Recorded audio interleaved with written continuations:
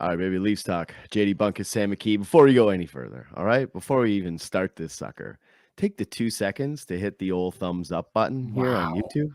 Hitting And him if right you're, between the yeah, eyes. that's right, brother. That's that kind of night. I'm here for it.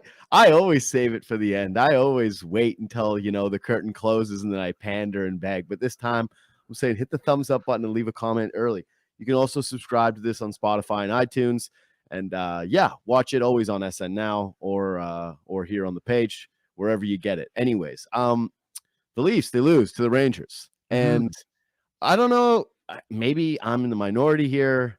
I thought this was just a tightly checked game. Leafs didn't really have their A+ effort. They looked like a team that had some guys battling the flu. Kind of funny that Matthews ripped too, because he's the guy coming off the sickness. Maybe a little bit of a slow step, but two kind of cautious teams.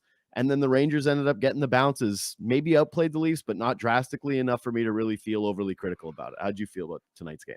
Yeah, I think this is a pretty predictable result after you go into their building and stomp them out on the second half of back-to-back on the dad's trip. And, the way that game went, to me, this was a pretty predictable result. They're a really good team. Like, they're coming in here. They had won 2 in a row after that Leafs game. They beat the Ducks, who suck, but then they beat the Bruins 2-1, a low-scoring affair. They come in here and they play a really good team. Their power play, you cannot take penalties against those guys. And the David Kampf penalty, as far away from your own net as you possibly can be with your trip, then they score the 4-2 goal in the power play, and that's pretty much a wrap. So that, for me, I mean, it's pretty much the story of the game, the 2 power play goals they get. I don't think the Leafs had a power play in this game, did they? So, comes down to special teams, and they win the special teams battle. But like the thought I had is that it looked like 2 pretty evenly matched teams, and that it's good that we can sit here and have the conversations in mid-December that the Leafs are right there with one of the class teams in the East. So I come away from this, feeling a little bad for old Marty, a couple bad bounces for him tonight, but ultimately I don't feel any worse about this team after watching tonight. I will say that I don't view the bad bounces are one thing against Jones, but I did think that there was a couple of pretty bad breakdowns in the third period that were the difference. The one specifically goes in their net, and the other one they completely get away with, which is Connor Timmins just deciding to give a pizza that's going to result in a breakaway. But let's roll the third goal here, Joe, because to me, this is it. This is the one, because the bad bounces and the special teams, like, I'm with you, but ultimately we're talking about pucks that hit like a pinball machine, 45 different guys. This is the one that if you're this line, I want to see you clean up a little bit. And it's just a tough read by McCabe, who's back playing his left side. And this is something that I noticed and I thought was actually one of the bigger themes of tonight. McCabe is back on the left side. It allowed him to make a nice pass to Austin Matthews where he activated for the second goal. And he ends up being able to be like looking purely into the slot where Matthews is. But I think, again, with McCabe back on the left, he was a little bit more of a scatterbrain Jane tonight, like a little bit more jumping up the play, a little bit more aggressive at the line, and kind of putting him back on that left side. To me, anyways, so far, the early return is some of the bad tendencies that he has. That you couldn't wait. You couldn't wait to get down on McCabe. What are you talking about? I think he's been playing brilliantly. This is just one game that you were hammering me early over text about him earlier. Because it was a bad play by him. Yeah, I think he's been like one of their best guys for a week. So I think, due to his aggressiveness. So I think you can excuse it. And I think he thought that pass was going to go to Wheeler. So he overreads it. He's stepping up to go the other way. Then he gets the pick player there or whatever. He thinks he has the center support. John Tavares stuck in mud, gets blown by or whatever. So yeah, it's a breakdown for sure, but I am going to let her slide on that one. Yeah. I mean, it cost him the game. It's a bad read that cost him the game. And he made an assist earlier because of that aggressiveness. So you give him, it's just like, this isn't crushing him. This is just simply saying that it's a guy who you're going to kind of have some ups and downs with the aggressiveness. The aggressiveness at times is going to lead to the goals that help the Matthews one, but they're also going to cost you in big spots like the third goal where, hey man, you got to make the right read and you can't be jumping the play like that. And so, McCabe, I think, has on his offside, on his playing on the right side, it has forced him to kind of tamp down his game a little bit and pick his spots a little bit more because he doesn't jump up into the rush the same way. And I was never really thinking about him as like some big offensive defenseman when he came to Toronto. But this is a component that he is trying to bring a little bit more when he is on that other side. So here you see the plus, God, but yes, again, you did see the negative with that comfortability later in the game. And like I said, I do think it cost them. I do think it was one of the bigger stories or bigger moments of the game. It was the turning point. Yeah, for sure. They had some chances after it was 3-2 that they could have. Mm-hmm. I think the turning point for me is the power play that makes it 4-2, that puts it out of reach. Like the Mm-hmm. Leafs come back down from a goal in the third period, no problem with their offensive talent, and that one just felt like it put it away. And it's a terrible penalty by Kampf. Like, he's digging in the feet. It's a lazy penalty. He trips the guy. And I noticed that the backside ref calls it. The guy standing there right beside it doesn't look at it, which always drives coaches crazy. But it was a penalty 10 times out of 10.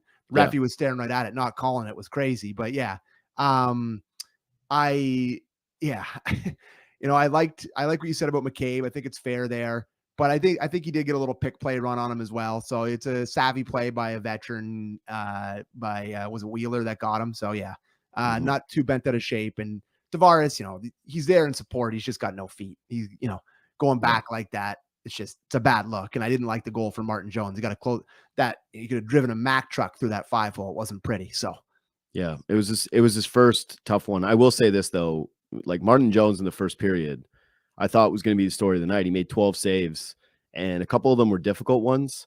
The first couple goals that go in on him, I almost wanted to joke. I was trying to tweet like, hey, that's the only way you can beat Martin Jones is if it goes off of 8 guys first and it just like finds its way into the back of the net. That one was a bit of a tough one. Again, it's just a bad breakdown all around from the entire team on that third goal.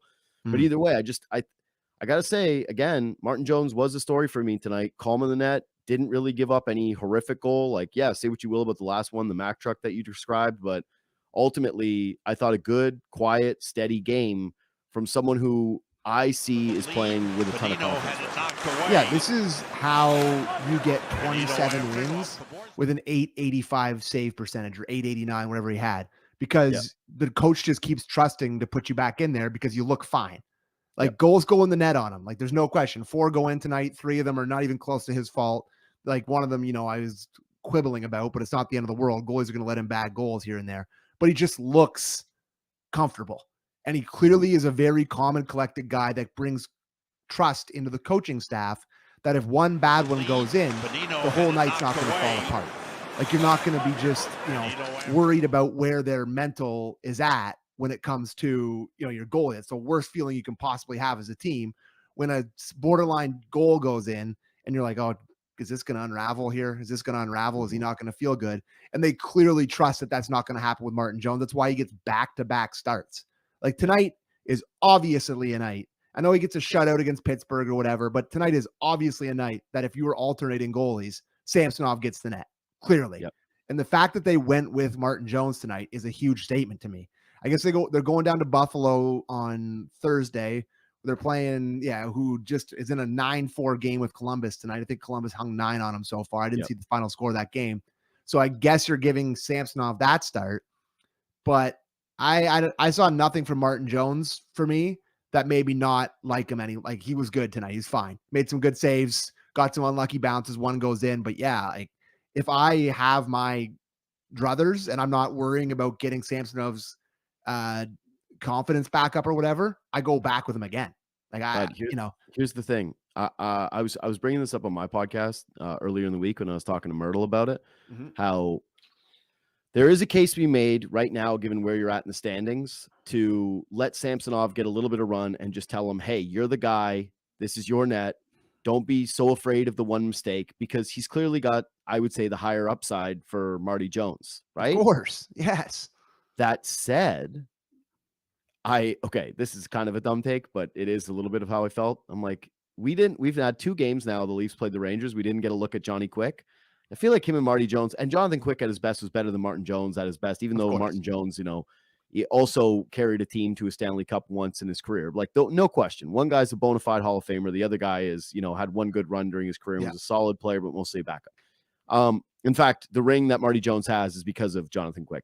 But I was thinking, like, maybe he's the other Quick. In the first, maybe he's the other old dog in the net that's just going to find that career resurgence. But the point I was trying to make with this is that as much as that case as there is, Sheldon Keefe's calling card is not let's play to feelings and let's play to try to help a guy find himself again. This dude's been cutthroat in the net the entire time he's been the Leafs coach. He was cutthroat with Freddie Anderson. He was cutthroat with Matt Murray last season. I think that he's been pretty cutthroat with Samsonov this year when he had Joe Woll. Like, I would expect that trend continues based off of everything that we've seen from this coach. And if Martin Jones continues to outplay Ilya Samsonov, I don't think this is going to be a 50-50 split. No. And it's like, it's a clear message to me. They didn't give him a multi-year contract. Sheldon Keefe is clearly coaching for his job here. Like, if they go out in the first round, new general manager, he's obviously gone. Like, he's trying to win games. He's trying to be as high in the standings as he possibly can. He's not here to, repair this relationship with Samsonov. That's going to be a long, fruitful one. This is a pro sports decision by Sheldon Keefe. And you're mentioning that Sheldon Keefe cutthroat stuff. And we go back to what was that Amazon series? I forget what it was called. We failed badly this period with the mascot. Was it All or Something? All or Nothing. All or Something. I'm such that was All or Nothing. I talk too much. I'm All or Something. Great name for a show. But he's just like, can we get a save on a tip? Like, he clearly hates goalies as much as I do, which I always respect. Like, that's just something for me. And he starts Martin Jones because he's like, oh, he's calm. He's calm. Yeah. It's like, agree. Start the calm guy. Don't care about anything else. Looks calm, looks good. Start him. So Keefe's not trying to win a PR battle here. At some point, you can't try to repair a guy that looks so broken. You got to try to win hockey games. And it's crazy to say this, but Martin Jones gives you your best chance of that. So there you go. Totally. I think that's just also Sheldon Keefe. The guy really plays hard. Like, you don't end up with having one of the best regular season win records in NHL history without being someone that cares deeply about trying to win every single game. Like, you even think about the other stuff that we've criticized him, right? Hey, play the stars too much, right? Like, stacking the lines too many times, benching, going to short benches. Like, these are all the calling cards. Look at this. Look at the standings right now. And I know we're not like doing too big a picture, but you're not that far behind the Bruins anymore. Like, they're at 43 points. You're at 38 points. The Rangers are at 45 points. Like, try to be the best team in the division. Maybe get an easier draw in the first round for once.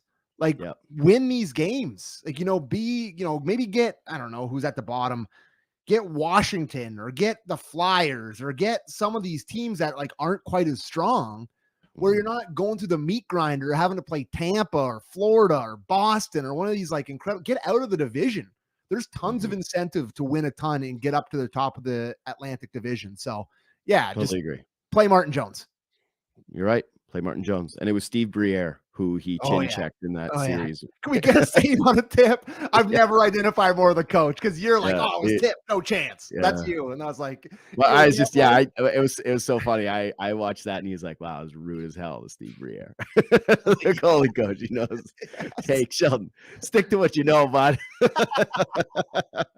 Anyway, Matthews comes off the flu or the bug or whatever. Buddy, I need to get whatever the Leafs players get in terms of the medicine. Maybe it's just being healthy, young, ripped dudes. It's called being sick athletes, but it's not that hard to figure out. But I'm just saying that when I get a cold, I'm out for a week, and Matthews has one game off and he comes back and he rips 2 goals. Good for him, buddy. Yeah, and really good play by Morgan Rielly on that first goal. Charges it all the way up, uses his legs, vintage Rielly.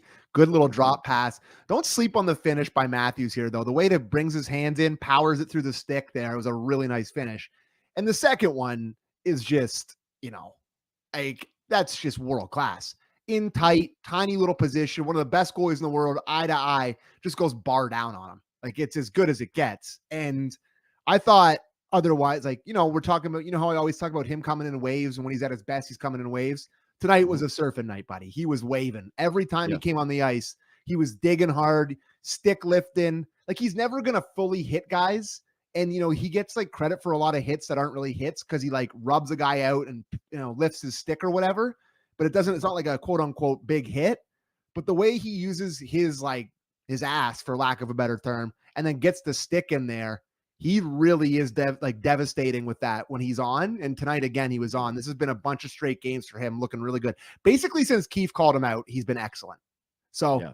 give credit to Keefe, I guess, or I guess maybe give credit to Matthews for trying again. I don't know who to give credit here for, but another excellent night for Matthews. Yeah, I think some of it you're giving credit also just to regression from the mean. Is that the guy who's a nasty sniper is going to start to pick corners a little Yeah, bit when the more puck lands on his stick in the slot, yeah, they end yeah. up in the net. When he has two perfect chances like he did tonight, that most of the time he's gonna finish those, and you still feel like he's the guy in the NHL that you want in that spot. I'm glad you brought up Morgan Rielly though, because Oh man, I think quietly leading into this game, as well as the Leafs have been playing, and I don't think Morgan Rielly's been playing poorly or anything, but early on in the year, you and I were talking about how this guy was the Leafs MVP, and I was wondering if he was starting to drag a little bit and if the minutes were starting to take an effect. Thought you saw his gap control drop off a little bit, some just uncharacteristic plays. A guy that felt like he had the world on his shoulders from a minute standpoint. Tonight he was brilliant.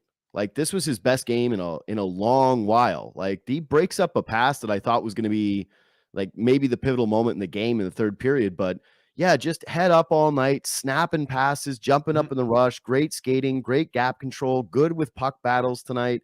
I just thought Rielly was everywhere, blocking shots, gets the pretty point. Good for Morgan Rielly. I think that like Matthews ends up scoring 2 goals, but I think that there's a pretty strong case that Morgan Rielly was their best player tonight. No, he was really good. Really, really good. And, I think he did, what did he finish? I wouldn't have been a minus because they had a pup. He was 0 on the plus minus and he had 1 point. So good play. Good. I just think he's one of the more breathtaking guys to watch skating the puck in the league when he's on.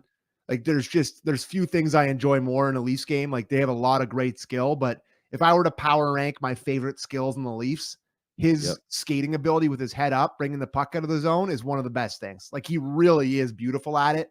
And it's been a calling card of his whole career. That's obviously why he was drafted there. It's just his skating is amazing. And he's in his prime of primes right now. And it's just like tonight, just absolutely buzzing. The play he makes to Matthews, like I said, just beautiful stuff. It's like that's number one defenseman, offensive defenseman type of thing. So great game from Rielly. Anything else from you? Yeah, I don't know if you noticed it tonight at all, but I thought Bertuzzi is just battling so hard every game now.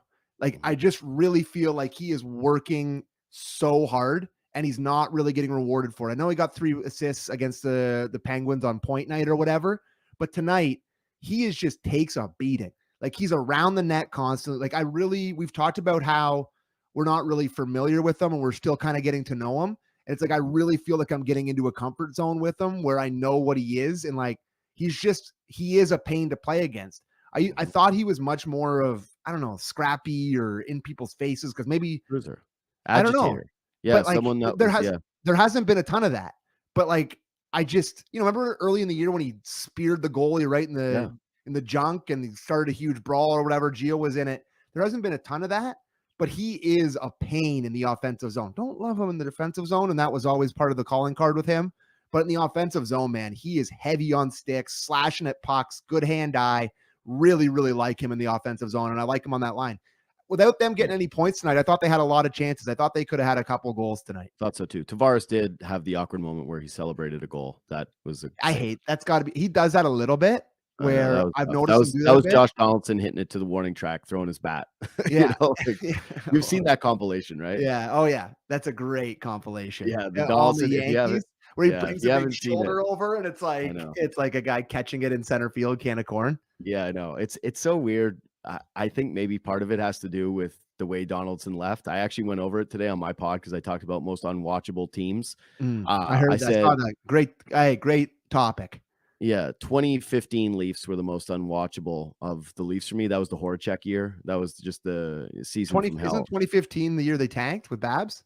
Wasn't 2014, 15, 16 was Babs. Yeah. But it was the year that Carlisle got fired. They brought in Horacek and the team just quit on him. 18-wheeler. Yeah. And man, this year, that year anyways, it's like their top 4 guys in scoring were Bozak, Kadri, Kessel, and JVR. But after that, it was a 3-way tie between Peter Holland, Mike Santorelli. Oh yeah. I'm blanking on Richard Panik. It's like that was their I had some Holland conversations. I would care to be wiped off the earth. Oh, I Yeah, liked. I liked. I was I like, this never. guy's got to play first line center. This guy's got to get some shifts up Ooh, there. I was into it. no. So yeah, that was. Listen, yeah, it's we talk about the Leafs, we get pissed off about the Leafs or whatever, but that's a good wake up call once in a while where you're Well, like, yeah, imagine doing Leafs talk after those games.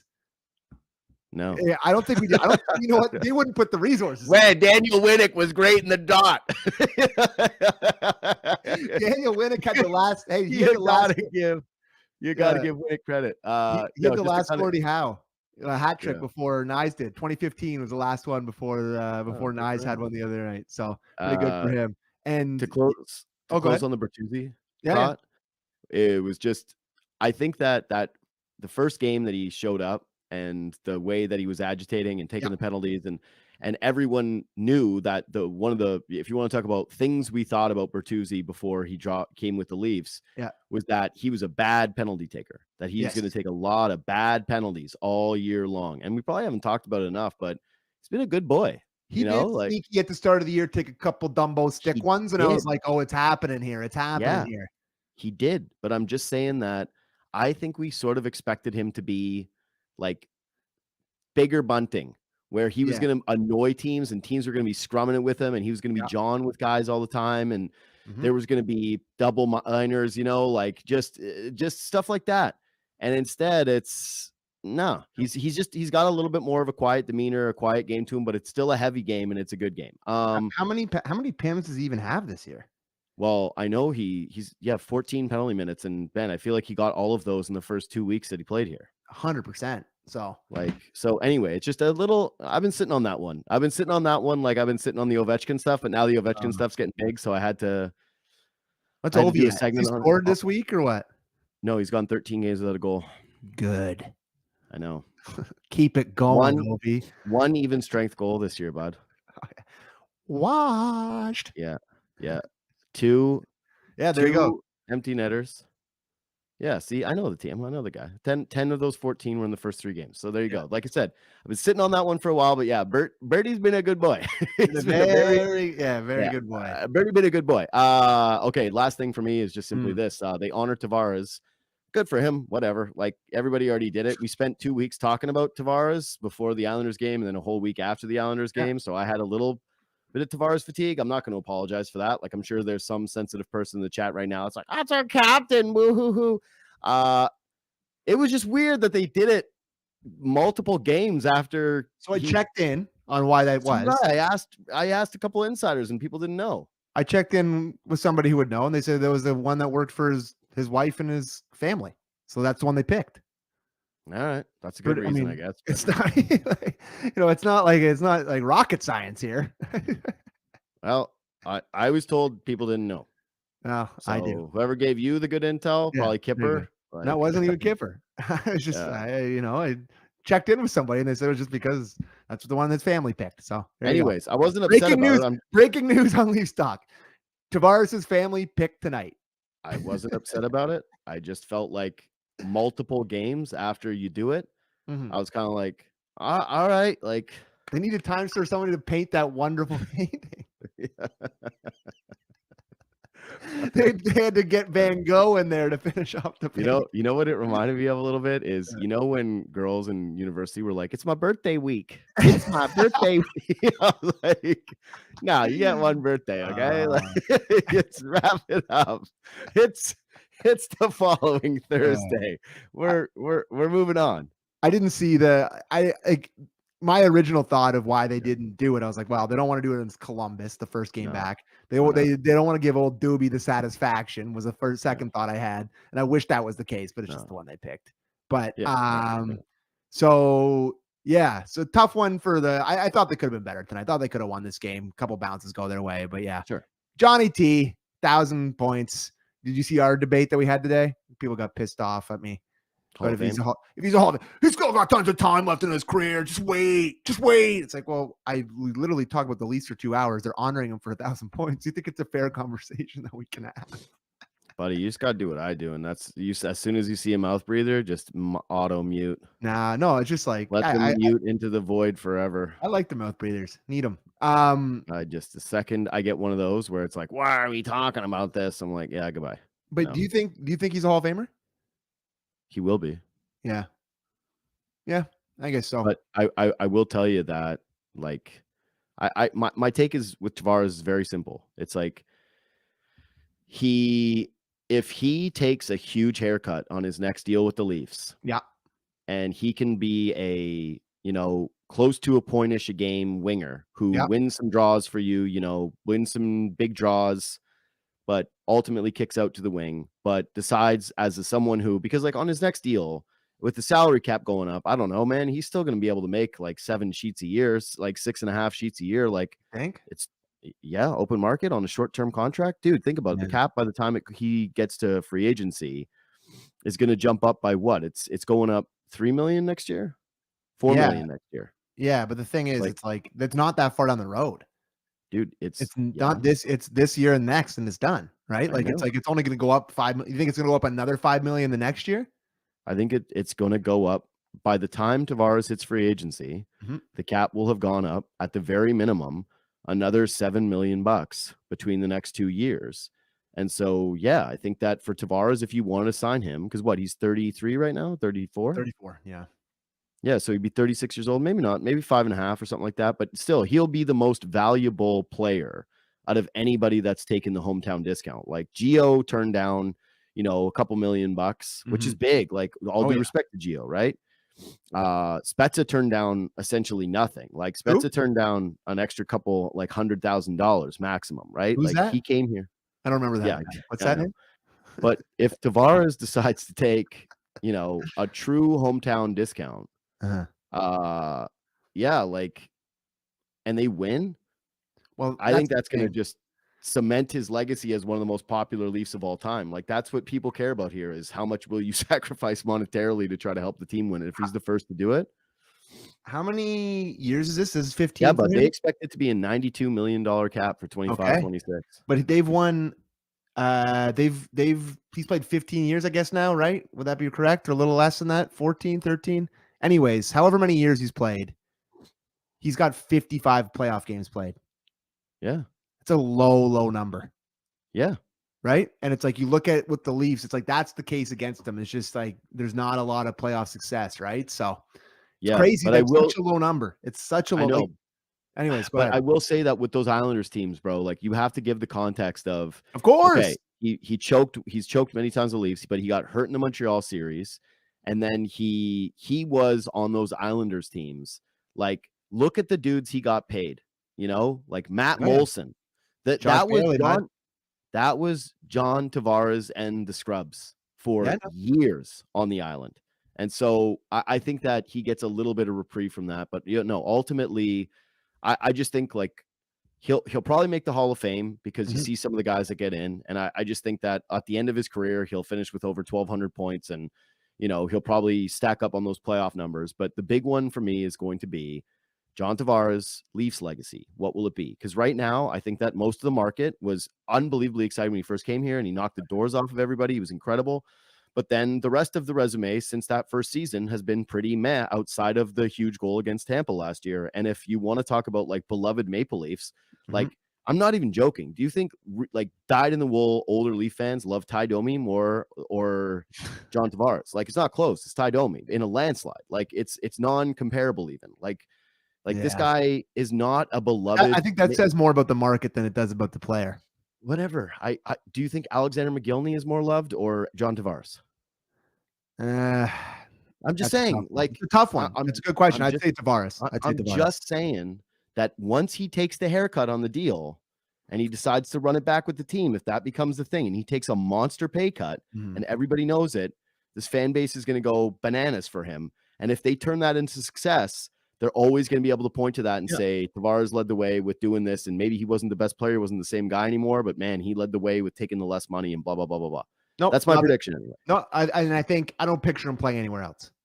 Really. No, Like no, he's he's like not picking himself. he's definitely going to sign here again.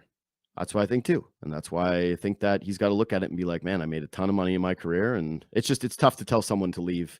Like I said, this isn't Mark Giordano leaving, 2 million on the table. This isn't Jason Spezza leaving nothing on the table. This is like, I'm talking, this guy could be leaving, $10 million plus on Yeah. the table. That's, I wouldn't do it.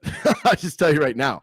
I would be packing up my family and I'd be moving to somewhere else. Like I would not care. Heading to play for the Coyotes in their new arena. Yeah, New signing, John Tavares. Like Jobo just put in there, he's made $95 million in his career. It's like, you know what's better than 95 million? 105 million. Oh yeah. Oh, you better believe it, baby boy. Yeah. All right. Again, hit the thumbs up. Follow us on Twitter and Instagram at JD Bunkis, at Sam McKee, and we will see you on Thursday night against a lesser opponent, against the Sabres. We'll see you then. Sabres.